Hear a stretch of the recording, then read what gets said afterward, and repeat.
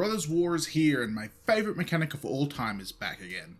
Meld. Now most people have been looking at the meld on Urza and Mishra, and while they're cool, Urza's shaping up to be quite an expensive card and Mishra's unmelded ability is kind of boring.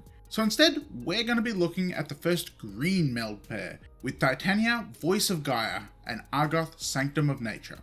So today, we're going to look at an $80 budget build of Titania, and have some fun making a really big commander. Now for those of you that haven't used meld much before, the reason I find it such a cool mechanic is because of how it interacts with the rules. The melded card is a combination of both sides that form it, but they break apart again when they leave the battlefield. In Commander, this means that if your commander is part of the melded creature, it still counts as your commander and still deals the same type of commander damage as the original creature. Now unless there happen to be a rules change, you can't have both sides of a meld creature as your commander, unlike with something like Partner. So any meld focused deck can only have one half of the combo in the command zone. In the other meld pairs, this can be quite hard to deal with, but for Titania, all you need to do is be able to tutor up a land, which green can do quite easily. Looking at Titania, we have a 3/4 elemental for 1 and 2 green, with reach that reads, whenever 1 or more lands are put into your graveyard from anywhere, you gain 2 life. Then for the meld ability, if we have both Titania and Argoth in play at the beginning of our upkeep, along with 4 or more lands in the graveyard, we can meld them into Titania Gaea Incarnate. Gaea Incarnate is a star elemental avatar with vigilance, reach, trample, and haste that reads Gaea Incarnate's power and toughness is equal to the number of lands you control, along with, when it enters the battlefield, return all land cards from our graveyard to the battlefield tapped. And if that's not enough, it also has an ability for 3 and a green to put 4 +1/+1 counters on target land we control, and it becomes a land creature with haste.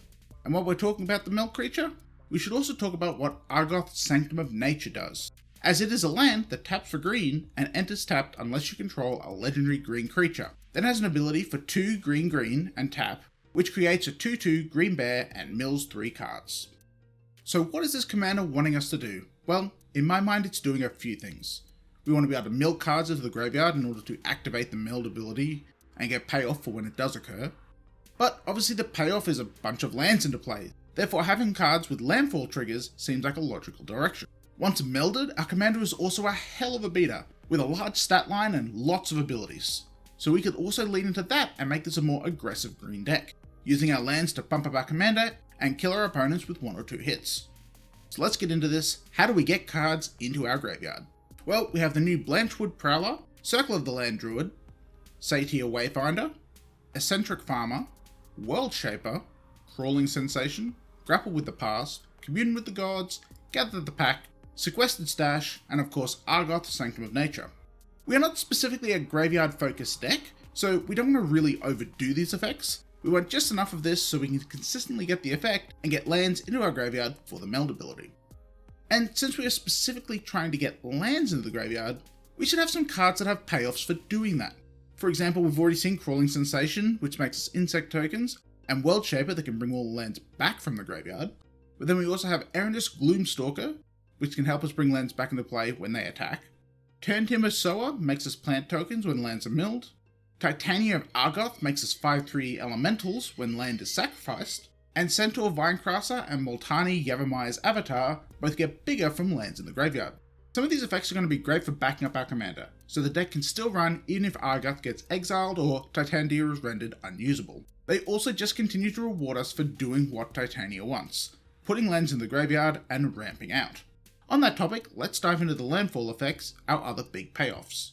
For that, we have Scoot Swarm, Tireless Provisioner, Tireless Tracker, Rampaging Baloths, Avenger of Zendikar, and Retreat to Khazad-dû. Outside of these specific landfall effects, we then have Multani of course, and Ulvenwald Hydra, which get bigger based on how many lands we actually have out. And of course our commander is also going to get bigger with the more lands we get once they're melded.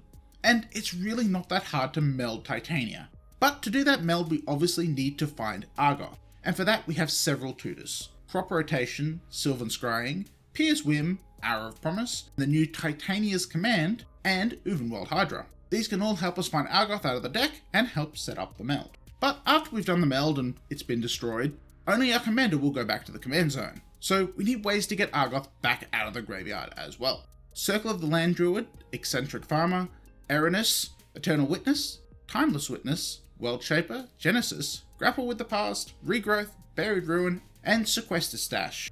This gives us a wide range of cards that give back all sorts of effects that we might need. In the case of Timeless Witness and Genesis, these also work out of the graveyard, so if they get milled, it doesn't matter. Now, if our aim is to make a massive commander to hit people with, well, it's worth running a few effects to help that out. Basilisk Collar can turn all that damage into life gain, which is great for late game swings. We also have Swiftfoot Boots for protection, and Fire Shrieker to give double strike, to turn Titania into a one-shot killing machine. The last equipment to talk about is one with a really cool interaction with meld, which is Nim Deathmantle, which will allow us to bring back both calves of our meld if they die. This is due to how meld works, as Nim Deathmantle sees the meld creature die, and because it's made up of 2 cards, it brings back both with its ability. It's a really cool ability and a great way to protect our commander once they are melded. This effect is similar to how it works with Mutate, so if you want to look that up, that's what I'd look for. Another weird inclusion in the deck is Zeranorb, which allows us to sacrifice lands to gain life.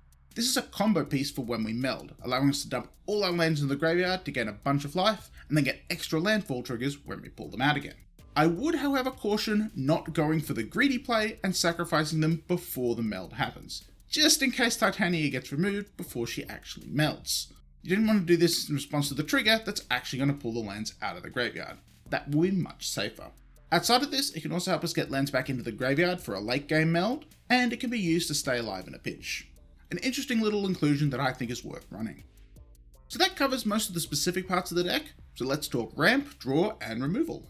We need a lot of lands to make this deck work, so we have a lot of ramp to help with that. Soul Ring, Ramp and Growth, Cultivate, Kodama's Reach, Far Wanderings, Harrow, Roiling Regrowth, Secure Tribe Elder, Farhaven Elf, Springbloom Dryad, Wood Elves, Yavimaya Dryad, Blighted Woodland, and Myriad Landscape. There are also some other ramp spells that search up non-basics, but they're more for getting Argoth into play rather than specifically for ramping and cost a bit more. The best ramp pieces here though are ones that sacrifice a land as well. Harrow, Roiling Regrowth, and Springbloom Dryad, since these also help feed our graveyard for the meld. Ramp is really important for a deck like this, because our commander wants as many lands out as possible. Moving on to the draw, we have Beast Whisperer, Hunter's Insight, Return of the Wild Speaker, Life's Legacy, Harmonize, and Riskard's Expertise. We don't have a lot here, mainly because we're also planning to use our graveyard as a second hand. Our draw effects here are quite good with the big creatures we are trying to make though, so if we can hold onto a board state, it can let us build a sizable hand with just a single card. Hopefully with the amount of graveyard recursion we have, the amount of draw won't matter as much because we'll just be able to reuse what we draw already. Moving on to the removal, and we find the one weak point of a mono-green deck. We have Reclamation Sage, Acidic Slime, Kenrith's Transformation, Lignify, Beast Within, and the new Fade from History. We could certainly use something like a colourless board wipe like All Is Dust or one of the Yugans to help this, but both were well out of the price range of a budget deck like this. We have a couple of ways to deal with this kind of threat, but overall we're just looking to outvalue our opponents rather than play table police with this kind of deck. One card of note here is the new Fade from History, which is a new green staple that you're going to see me use a lot from now on. I've always been a massive fan of Rampage of the Clans, and this version is just a straight upgrade of it. It just hoses so many decks, and is great in a low artifact and enchantment deck like this. Moving on, we last need to look at the land base, and it's a bit weird for a mono green deck. For our utility lands, we have Blasted Landscape, Desert of the Indomitable, Slippery Cast, and Tranquil Thicket as cycling lands, Blighted Woodland, Broker's Hideout, Cabaretti Courtyard, Evolving Wilds, Mirrored Landscape, Riveteer's Outlook, and Terramorphic Expanse for our fetch lands, an Arts of Okoza, Buried Ruin, Command Beacon, the new Demolition Field, Lotus Field, and Sequestered Stash as our utility lands. Titania really wants lands in the graveyard, so we are actually running a ton of fetch land type lands in this deck. These are also helpful for extra triggers with Landfall, but their main purpose is getting lands into the graveyard easily without reducing the amount of lands we have on board. This does reduce the total amount of basic forests we end up with in the deck, but I think it's a cost worth running to make sure we can meld consistently. The sacrificing lands also trigger Titania, Protector of Argoth, which gives us some extra value for the elementals she creates. Lotus Field is a great land in this, and worth the price even on a budget. 2 lands into the graveyard for no loss of mana is absolutely fantastic. Along with this, Command Beacon can be really good in the late game here, as you can keep bringing it back if you are repeatedly melding. It's a great way to keep Titania easy to cost. Lastly, we have the new Demolition field here, which is a fixed version of Field of Ruin for Commander. This is basically a straight upgrade for any deck that's running Field of Ruin, and will be a staple going forward, I guarantee it. Outside of the utility lands, we have 22 forests for a total of 40 lands in the deck. We need more than normal here because we're going to be pulling so many out of the deck as we play. Landfall tends to stop working once you run out of lands, so we want to be running more than normal. This is pretty common across most Landfall decks, and it's something you should really do if your deck relies on lands. So that covers the deck, but how does it play and win? Well, as you can tell from the ramp package, the early game is all about ramping as hard as we can and getting ahead on mana. During that, we want to get Titania out early to start gaining life for any mill or sacrifice lands that we have out. Our goal is to find Argoth and get the meld online as soon as possible, and our tutors will help with that. Once melded, we can use Titania to hammer our opponents with big attacks, with help from the equipment we're running. Our Landfall effects gives us several other win conditions to work with as well, such as making a massive swarm of scoots or an army of plants with Avenger of Zendikar. And it's not just our commander with a big stat line. Multani and Uvenwald Hydra can also get huge from all our land ramp, being just as deadly in the late game if we can't get our meld on. This is your classic green value deck with lots of lands and big bursts of card draw. It's a classic deck type for a reason because it's powerful throughout the game, and unless someone is doing mass land destruction, it can be really hard to stop. I've had fun testing with this deck, and for me, putting down a melded commander that is literally twice the size of a normal card is just so much fun. But this is a budget deck build, so there are a ton of cards that would go into this build if it had a bigger budget.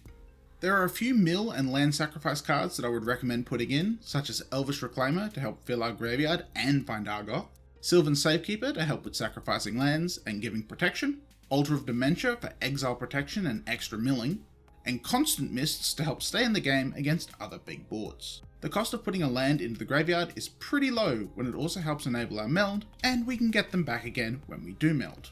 I could see you running the ramp equipment in this deck as well, considering Titania is a decent low cost body. These equipment being Dowsing Dagger, Sword of the Animist, and Sword of Hearth and Home. But we have a fourth equipment in this category now, with Staff of Titania from Brothers War, which is an obvious include for a Titania deck. These all help us ramp out more and get a ton of extra value from our attacks, and are well worth considering with a bigger budget. For a deck that cares about lands in graveyard, Scapeshift is of course a card that everyone should look at. This isn't the strongest deck for it, but it is such a strong effect when we can bring lands out of the graveyard en masse. Lastly, we have two cards from Brothers War that I would have included in this deck. Awaken the Woods is an X spell that makes land creatures, and is a great mana sink for a deck like this. And the other new Titania, Nature's Force, has synergy with all parts of this deck, allowing you to play forests from the graveyard, making 5/3 elementals with landfall, and milling when they die. The price was fluctuating a bit too much when I built this deck, but make room in the budget once it drops to a few dollars. I hope you've enjoyed this dive on the new Titania, and I hope this isn't the last we see of the meld mechanic. It's just such a fun ability to use. Stay tuned for another paper gameplay video where James and I will be trying out the new Old Border Commander decks from Brothers War, and check out our game of the Warhammer 40k decks from last week. For now though, thanks for watching, and I'll talk to you again next time.